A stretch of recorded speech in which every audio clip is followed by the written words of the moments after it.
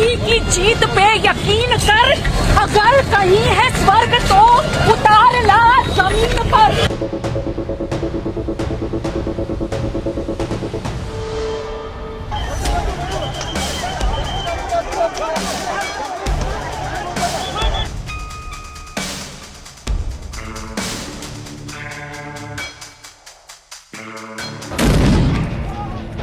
ओ भाई,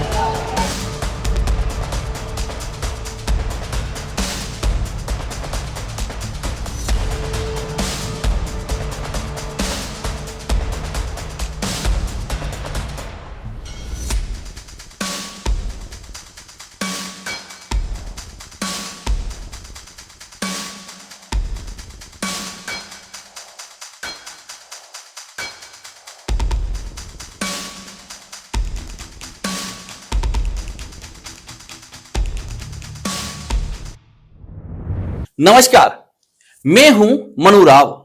देश में इन दिनों कुछ ठीक नहीं चल रहा। दिल्ली के जंतर मंतर से उठी विरोध की मशाल की लौ देश के कोने कोने तक पहुंच गई है। युवा भविष्य के साथ हुई बर्बरता चारों तरफ दिखाई दे रही है। चर्चाएं सिर्फ यही है कि गलत तो हुआ है, क्योंकि प्रोटेस्ट कर रहा हर छात्र देश का ही था। सत्ताधारी पार्टी समर्थित देशवासी भी अब अपना मौन अंदर खाने तोड़ रहे हैं। विपक्षी हावी हो गया है और सत्ता पक्ष से जवाब देते नहीं बन रही। यह सब देखकर राष्ट्रकवि रामधारी सिंह दिनकर की कुछ पंक्तियां याद आती हैं। विपत्ति में विरोध में अडिग रहो, अटल रहो, विषम समय के चक्र में भी साहसी प्रबल रहो। तपा है जो, जला है जो, चमक उसी में आई है। समस्त ताप तम में भी बड़े चलो, सफल रहो। बस एक लक्ष्य साध कर गगन की ओर उड़ चलो। घटागिरी अटूट हो मगर सदा प्रबल रहो। विपत्ति में विरोध में अडिग रहो, अटल रहो। ये पंक्तियां आज भी सत्ता से सवाल पूछने वालों की आवाज बनकर गूंजती है। लोकतंत्र में विरोध केवल नाराजगी नहीं होती, बल्कि जवाबदेही की मांग भी होती है। और जब विरोध की बात होती है तो दिल्ली का जंतर मंतर सिर्फ एक जगह नहीं, बल्कि लोकतांत्रिक असहमति का सबसे बड़ा मंच बन जाता है। नीट परीक्षा और पेपर लीक के आरोपों ने देश भर के लाखों छात्रों का भरोसा हिला दिया। वर्षों की मेहनत करने वाले छात्रों ने सवाल उठाए कि यदि परीक्षा प्रणाली ही सुरक्षित नहीं है तो मेहनत का मूल्य क्या रह जाएगा। इसी दरमियान सुप्रीम कोर्ट में सुनवाई के दौरान प्रदर्शन कर रहे छात्रों के लिए कथित तौर पर इस्तेमाल किए गए कॉकरोच शब्द ने सोशल मीडिया पर नई बहस छेड़ दी। इसके बाद विदेश में रह रहे भारतीय युवा अभिजीत दीपके ने सोशल मीडिया पर सीजेपी यानी कॉकरोच जनता पार्टी नाम से एक अभियान शुरू किया।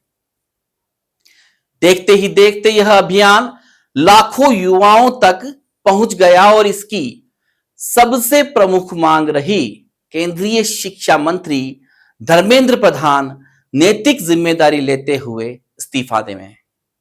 छात्रों का कहना था कि पेपर लीक ने सिर्फ एक परीक्षा नहीं बिगाड़ी, बल्कि लाखों परिवारों के सपनों को भी झकझोर दिया। किसी ने कोचिंग के लिए कर्ज लिया, किसी ने गहने गिरवी रखे, तो किसी ने अपनी पूरी जमा पूंजी बच्चों की पढ़ाई पर लगा दी। कई छात्रों के मानसिक तनाव और आत्महत्या जैसी घटनाओं की खबरों ने इस पूरे विवाद को और गंभीर बना दिया। इसके बावजूद छात्रों का आरोप रहा कि जिम्मेदारी तय नहीं की गई। धीरे धीरे सोशल मीडिया पर शुरू हुआ विरोध दिल्ली के जंतर मंतर तक पहुंच गया। देश भर से छात्र वहां इकट्ठा हुए। आंदोलन को शिक्षाविद और वैज्ञानिक सोनम वांगचुक का भी समर्थन मिला। उन्होंने शिक्षा व्यवस्था में पारदर्शिता और जवाबदेही की मांग को उचित बताते हुए छात्रों के साथ आवाज उठाई और भूख हड़ताल पर बैठ गए। सरकार के आदेश पर एक दिन अल सुबह वांगचुक को उठाकर पुलिस अस्पताल ले गई तो आंदोलन और तेज हो गया। पुलिस और प्रदर्शनकारियों के बीच टकराव भी बढ़ गया। संसद कूच के दौरान सामने आए कई वीडियो सोशल मीडिया पर वायरल हुए, जिनमें प्रदर्शनकारियों ने पुलिस पर बल प्रयोग, लाठीचार्ज और दुर्व्यवहार के आरोप लगाए। वहीं पुलिस का कहना था कि कानून व्यवस्था बनाए रखने के लिए आवश्यक कार्रवाई की गई। इसी आंदोलन के दौरान एक और सवाल लगातार उठता रहा। मुझे एक पुलिस वाली कह रही जल्दी ले जा वरना थाने में ले जाके नंगा करके मारेंगे तुझे।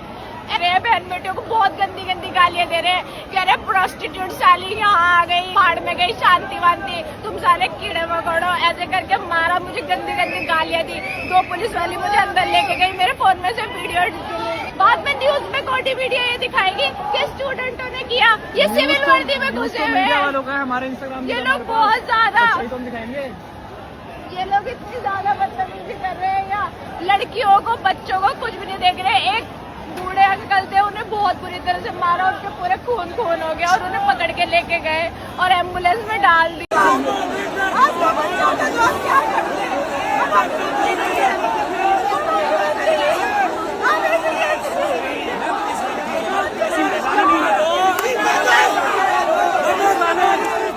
कोई इलेक्शन नहीं, हमारी बारी आएगी ना वोट की, किसी को वोट नहीं देंगे, कोई यहाँ पे वोट के लायक नहीं है। हम पीसफुली हम कुछ नहीं कह रहे हैं, हमें जो पुलिस वाले बैरिकेड में धक्का दे रहे हैं, यहाँ पे मारा है, कमर पे मारा है, ये कोई बात होती है? हम भी मारे इनको, हम मारेंगे, लाठी चार्ज करेंगे, ये करेंगे, बैठाएंगे, एम्बुलेंस पे जाओ। इसके लिए एम्बुलेंस पे जाऊँ मैं? ये लगा एम्बुलेंस पे जाओ। हम रेप के खिलाफ लड़ते हैं, इन लोगों ने खुद अभी लड़कियों के कपड़े फाड़े हैं। हाँ। ये लोग लड़ेंगे क्या हमारे खिलाफ? सोनम जी को पकड़ा, सोनम जी को उन्होंने पकड़ा, जो क्रिमिनल्स है उनको ही पकड़ते इतनी जल्दी। वो सारे भूखे हैं, उनके लिए आवाज नहीं उठा रहे। इन्होंने फीमेल आज हम मार्च करने आ गए तो ये लोग आवाज उठाएंगे। चलिए यहाँ पे भी मार दो, हमारे नए भारत को मार दो, तो मिल के मार दीजिए। करवाया है ना, कितने सारे बच्चों के सर फोड़े हैं आप लोगों ने।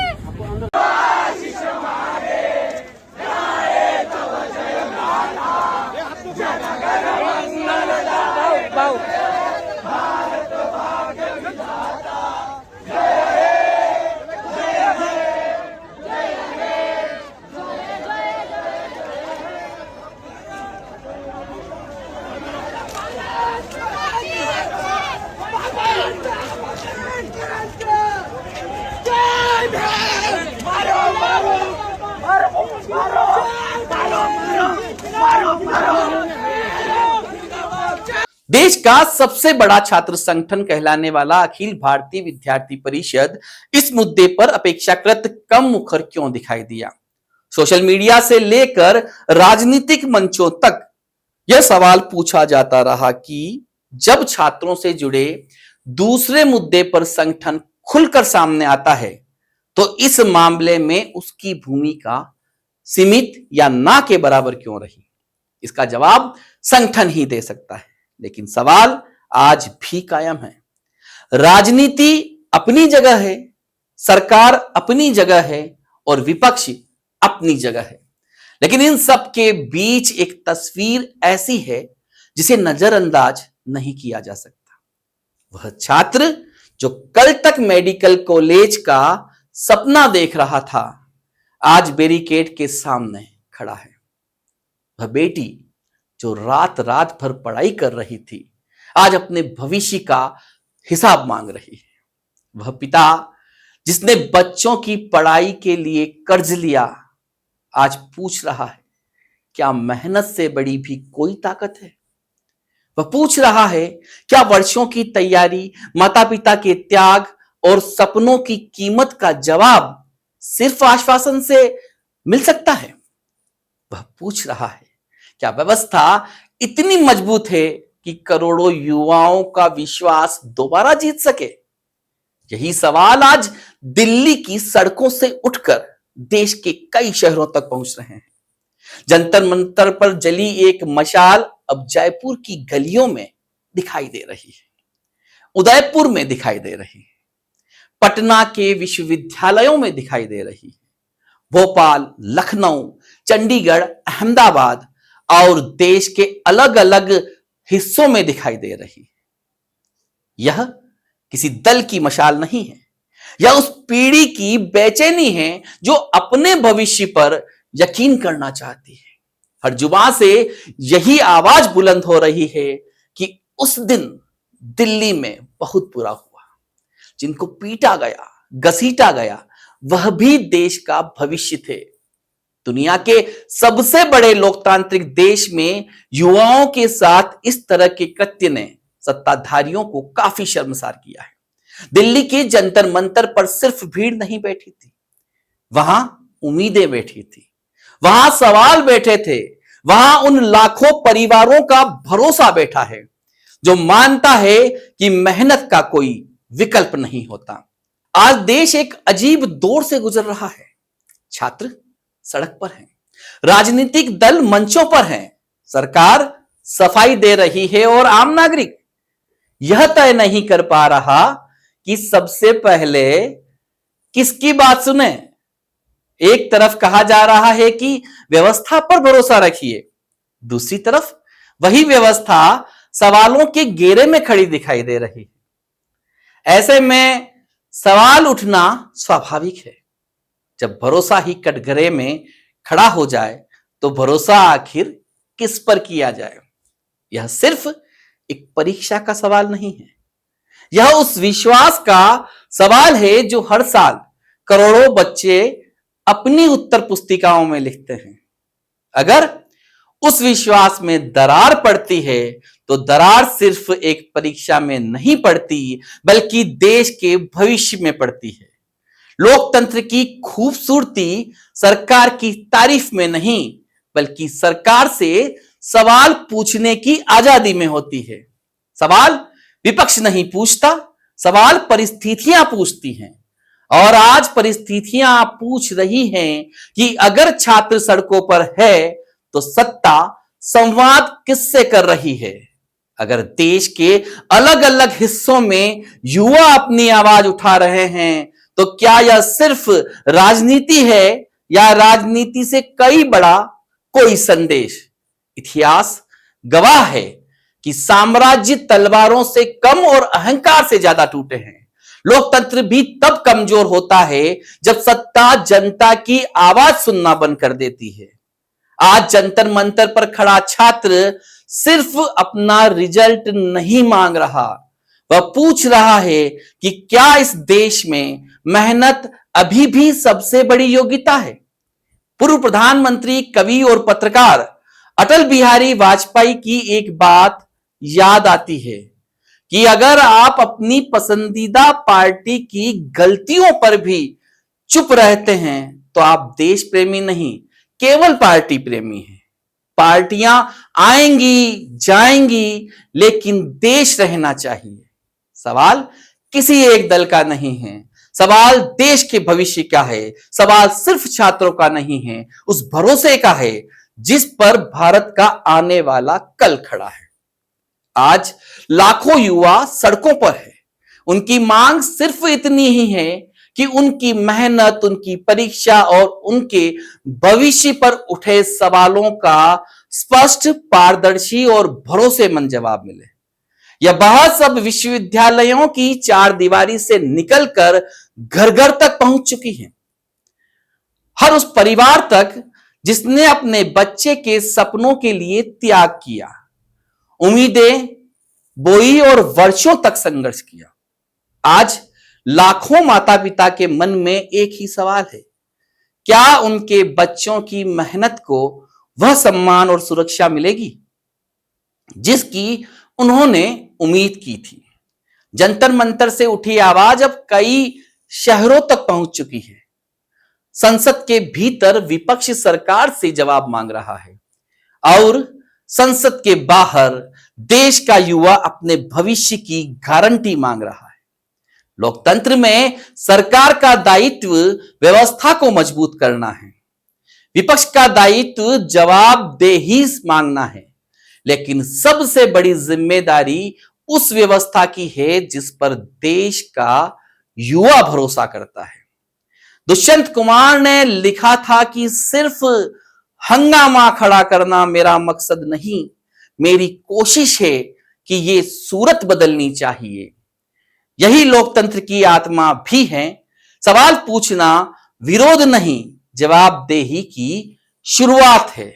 इतिहास गवाह है, जो लोकतंत्र अपने युवाओं की आवाज सुनता है, उनकी आशंकाओं का सम्मान करता है और समय रहते विश्वास बहाल करता है, वही सबसे लंबे समय तक मजबूत रहता है। अब निगाहें उन फैसलों पर है जो इस पूरे विवाद के बाद लिए जाएंगे, क्योंकि किसी भी परीक्षा से बड़ा इम्तिहान व्यवस्था पर जनता का भरोसा है। और अगर उस भरोसे को फिर से कायम करना है तो सिर्फ बयान नहीं, ऐसे निर्णय लेने होंगे जो युवाओं को यह विश्वास दिलाए कि उनकी मेहनत आज भी उनकी सबसे बड़ी ताकत है। इतिहास हमें एक और बात सिखाता है कि सरकारें सिर्फ विपक्ष से नहीं हारती, सरकारें तब मुश्किल में पड़ती हैं जब जनता का भरोसा कमजोर पड़ने लगता है। अगर देश का युवा व्यवस्था पर विश्वास खोने लगे तो यह सिर्फ एक परीक्षा का संकट नहीं रहता, यह किसी भी लोकतांत्रिक सरकार के लिए गंभीर राजनीतिक चेतावनी बन जाता है। आने वाले दिनों में यह आंदोलन किस दिशा में जाएगा, यह समय तय करेगा। लेकिन इतना तय है कि आज इम्तिहान सिर्फ छात्रों का नहीं है, इम्तिहान व्यवस्था का है, इम्तिहान जवाबदेही का है और सबसे बड़ा इम्तिहान उस भरोसे का है जिस पर भारत का भविष्य खड़ा है।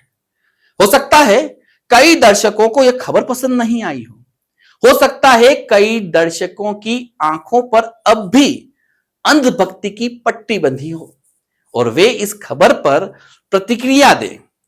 हमेशा की तरह इस बार भी खुलकर प्रतिक्रिया दीजिए, आपका अधिकार है। लेकिन एक बात जरूर याद रखिए, अगर व्यवस्था में समय रहते सुधार नहीं हुआ तो दिल्ली में आज जो बच्चे अपने हक की लड़ाई के लिए आंदोलनरत है, कल आपके बच्चे भी अपने हक के लिए इसी तरह सड़कों पर प्रदर्शन करते नजर आएंगे। और उस दिन आज इस खबर को पूरी देखने के बाद जो प्रतिक्रिया आप देने वाले हैं उसे एक बार जरूर याद कीजिएगा, क्योंकि सवाल किसी एक खबर का नहीं, सवाल आने वाली पीढ़ी के भविष्य का है। नमस्कार, जय हिंद।